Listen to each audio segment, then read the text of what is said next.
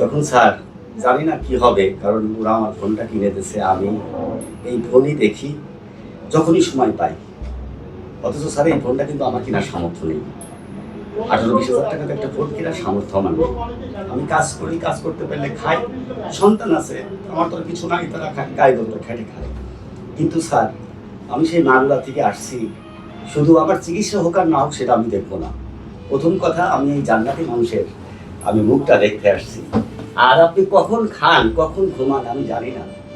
Sir আপনি এত ভালো, এই দুনিয়াতে আপনি এই রোজগার করে যাচ্ছেন, কারণ যা পরকালে আপনার জন্য জান্নাত কনফার্ম হয়ে গেছে। স্যার আমার ভিডিও আপনি দেখেন নিয়মিত? অবশ্যই স্যার, আমি তো অনেক কিছু বের করতে পারবো না, আপনি চাইলে একটু সার্চ করতে পারেন। ঠিক আছে, আপনি কয়টা ভিডিও দেখছেন? স্যার আমি অনেক, এত পাগল হয়েছি স্যার। তারপর আমার আত্মীয়ের কাছে বলছি, শ্বশুর বাড়িতে, ওদের আত্মীয় ভালো, আমার ভিডিও ভালো লাগে। হ্যাঁ তো আমি বলছি, তোমরা আমার কি জন্য ভালো লাগে? স্যার আপনি তো মানুষের, গরিব দুঃখী মানুষের পাশে দাঁড়ান, আপনার সাহায্য সহযোগিতা আমি মানুষকে করেন, সেগুলো আমি দেখতে পাই।